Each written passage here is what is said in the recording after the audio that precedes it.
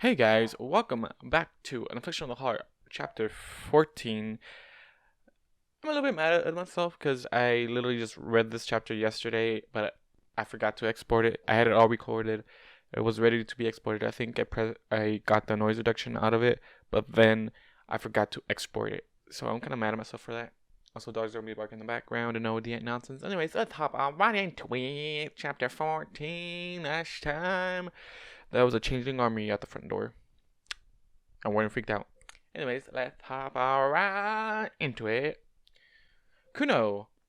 Queen Kuno. Kuno wouldn't ask wearily, taking a step backwards. He winced as he moved, trying to feel his way back, even though that was physically impossible in his condition. Warden, put that down, Kuno murmured, staring out the doorway. At the ranks of changelings bowing to her, she stepped forwards uncertainly, her wings buzzing anxiously. Whenever her hooves lifted, and her voice trembled as she tried to sound commanding. Rise! The soft clicks of chitin rubbing against itself was amplified 100 times as all of the changelings rose as one. Wooden took another step backwards. Kuno, what's happening? Who speaks for the hive? Kuno asked, her tone leveling off, no longer wavering as strongly. There was a murmur between the changelings, like wind rustling across grassy plains. After several long moments, the sea of changelings parted, and a single, nondescript changeling stepped forwards. The changeling paused, bowing deeply. I speak for us, the changeling sounded female to Warden. Do you have a name? Kuno asked softly. I do not, the changeling said after a pause. Should I? Kuno frowned deeply, biting her bottom lip. It is irrelevant. Come, we will talk in the garden. Warden? Warden perked his ears up. Yes? You can wait here if you don't want to come, Kuno said quietly. Warden bit his bottom lip, dancing back and forth a few steps. Last time I went anywhere near these many changelings, and I ended up under a spell. Will you be you when you get back? I'll be me, Kuno promised. Nodding gently and then raising a hoof towards the garden. Come, all of you, she ordered, stalking up the length of the path. The changelings parted for her movement, like a school of fish parting around a predator. Predator. Warden frowned deeply, watching his wife disappear into the sea of changelings.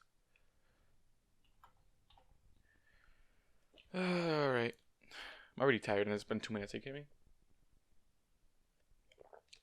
That's what happens when I read the chapter that I'm reading. It's fine, Kuno said, waving off the two royal guards who approached at the sight of the changeling army right there in Canterlot. They paused at Kuno's dismissal and exchanged words with each other. After a moment, the Pegasus guard turned and took to the air, heading in the direction of the castle, whose spires were visible in the distance over the large manor. The unicorn guard was stuck awkwardly, watching the crowd of changelings, trying his best to look imposing, failing miserably.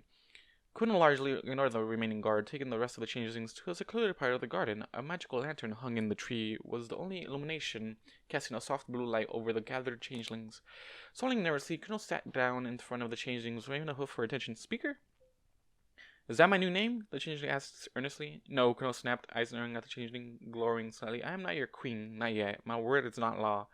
Very well, the changeling said, bowing deeply. What has happened? Kuno asked helplessly. Why did you choose me? The changeling looked left and then right, frowning slightly. We don't know where to begin. Start with Chrysalis' death, Kuno said quietly.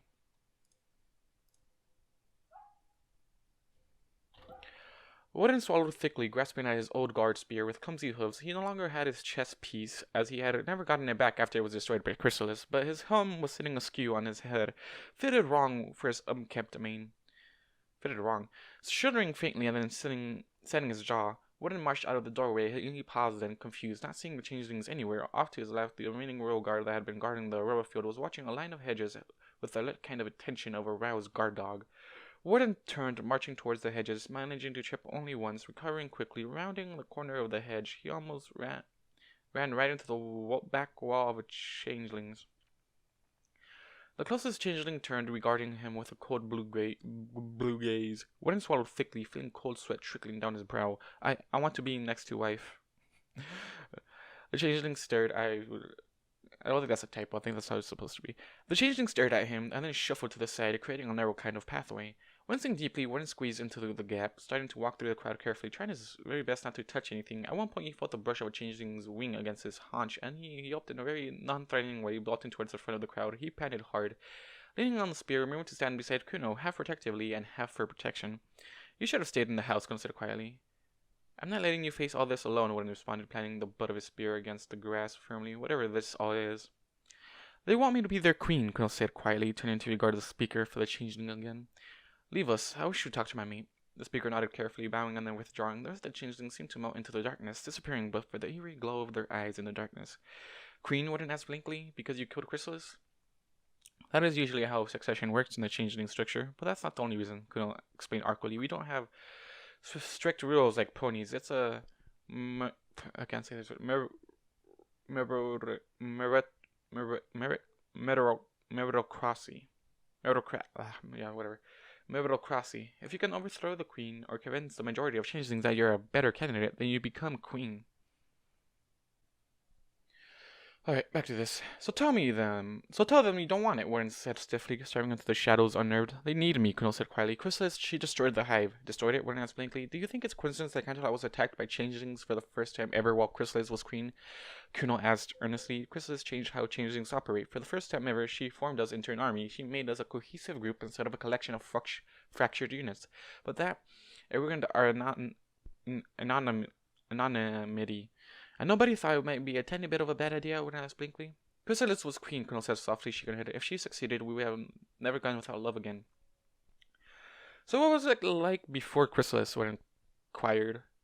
Yeah, taking a step away from the nearest shadowy area of the garden, Kuno paused, chewing on her bottom lip. It was rough, but it was tenable. We just picked a target and tried to survive, at least back in my homeland. That was how it worked, but when I came here, Chrysalis was already in power and forming the army. And why can't you just go back that way? When I was confused. Because the ponies are aware of us now. They know what we are and what we can do. And there are far, far too many of us now to be absorbed by the pony population without them noticing, Kuno explained with a heavy sigh. I always knew the hive would be decimated without Chrysalis, but I thought maybe the next queen would lead them onto something new. I never considered they'd want to choose me. But why you? You have a life here, Warden hissed, lowering his head slightly, tightening his grip on his spear. You're an official citizen of Equestria, now. Exactly, Kuno said softly, frowning and staring down at her hooves. I've cracked the code on how to mingle with ponies. Warden blinked once at that, brow furrowing deeply. That almost sounds like you're saying you're using me. You know I love you, Kuno said with a dismissive wave of her hoof, but the fact remains that I am alone in the changeling world and that I'm part of the pony society without having to be a pony. I have all this love, and I didn't have to trick any pony to get it. Except me, Warden reminded, raising an eyebrow. Kuno deflated slightly at that, frowning. Yes, you're right, but I could. She paused, licking her lips. I could lead them, Warden. I could make a difference. I could make them from the lowest point changelings have ever been in history and take them to the highest. How about if they're an army? Just have them be a part of the guard. I feel like that's if they're operating as an army still at this moment, just have them be a part of the guard. Well, it's probably Luna Celestia's decision. Warden looked his wife up and down for a moment, chewing on his bottom lip. Do you honestly believe that, Kuno? That you can save the entire hive? Frowning deeply, Kuno cast her gaze towards the shadows, where the glowing eyes were watching them intently. Her wings buzzed anxiously for a moment before she nodded. I know that the potential for it is there. I can do this. Whether it pans out or not is a completely different thing. Well, good luck, Kuno. That's all I have to say for you. Well, you and Warden, actually. Warden stared down at the ground, slowly grinding the butt of his spear into it, before looking up at her. And could some other changeling do it? Kuno pondered on that for a long moment, hoof scraping the grass slowly. The speaker seemed to be capable, at least, and she was the interim leader of the changelings until they decided to implore me to accept the position. So they don't just blast you with magic and make you queen, Warden asked blankly. It doesn't work like that, Kuno said flatly. Warden frowned slightly, digging a devout in the grass with the butt of his spear. Well, if you're sure about this, if you know that you can make it better for them, then I won't stop you. You're my husband, Warden, Kuno says softly. I need you to understand this and accept the entirety, or I won't do it. Warden gave a wan smile. I died a few months ago, so a few changes here and there are nothing I can't deal with. Are you certain, Warden? Kuno asked carefully. This isn't something that can be second-guessed. I can't just abandon them in a few days' time if you're not okay with it. Warden held his wife's gaze for a long moment, nodding slowly. I understand. I'll be right here beside you no matter what may come. Kuno nodded gently, leaning in to kiss his cheek gently before giving a wily smile. I'm going to be big enough to push you around soon. You're going to be all? Warden asked, uncertainly cringing. Kuno nodded, at least temporarily. I'm not sure if it's tall or all. I feel like it's tall, but Okay, at least temporarily. But when it started, Kuno's hoof over his mouth quietened him. Speaker, Kuno asked, looking into the darkness. A changeling stepped forward, bowing. Yes. You will henceforth be referred to me as Queen, Kuno decreed, eyes narrowing. Yes, Queen Kuno, the changeling corrected, bowing deeply. Kuno gave a faint smile at that, looking sideways at her husband. I want to say something witty and clever, but all I can think to say is, I think I just leveled up. Warden blinked once confused. Kuno flashed him another smile before a brilliant, almost blinding flare of green light consumed her. When the stars finished dancing behind his eyes, he saw Kuno still sitting there beside him. But she was different now. Kuno's form had changed, most notably in height. Once shorter than Warden, she now towered over him by at least a head. She was almost as tall as Princess Luna. Her wings had grown in size and elegance, and her back was now covered by a lengthy blue carapace. A blue mane trailed down her neck, and a trail of it hung over one of her eyes. Warden shuddered as he looked upwards, expecting to find the terror-inducing, wickedly curved and jagged horn growing from Kuno's forehead, but rather than Chrysalis's terrifying spiral of spiked agony, Kuno's was smooth and slender, with strange lines wrought into it. Her eyes were the same blue he remembered, but now they were slit-pupilled and very distinct. She was definitely a queen changeling, but compared to Chrysalis, she looked more wholesome, was the only word Warden could think of. Her wings weren't as ragged, her mane wasn't filled with holes, and she was far more blue than green. Warden could only stare. Kuno raised an eyebrow. Kuno raised an eyebrow. Never played tabletop games? She asked, looking crestfallen. Her new voice was a little bit deeper and resonated more, but it was still the Kuno he remembered. Warden shook his head slowly. I can't say I ever did. Kuno huffed, scuffing a hoof against the ground. That would have been awesome if you got the reference. Warden coughed awkwardly. Well, maybe I just failed my perception roll. Kuno's eyes narrowed at him, and she opened her mouth to respond, but was cut off as a wedge of royal guards appeared over the top of the manor, leading and protecting a royal carriage. The carriage landed roughly on the grass. Princess Luna stepped off it, eyes staring slowly. She looked up and down slowly at the new changeling queen, and then at Warden, a look of concern and confusion crossing her features. The changeling army gathered themselves about Kuno, forming a wall between her and the royal guards. Cease and desist. Kuno growled, raising a hoof imperiously and making a motion. The changelings parted, drawing back, but standing at the ready. Wait, was Luna there when Kuno was introduced as a citizen of Equestria? Because I think Cadence, Celestia, and Twilight were there, but not Luna. Why is Luna not? Luna's never there during the day, so that's what everybody thinks. Cease and desist, Kuno growled, raising a hoof imperiously and making a motion. The changelings parted, drawing back, but standing at the ready. Kuno stepped forwards carefully, her new wings extending and flexing slowly. Princess Luna, Kuno said simply by way of greeting.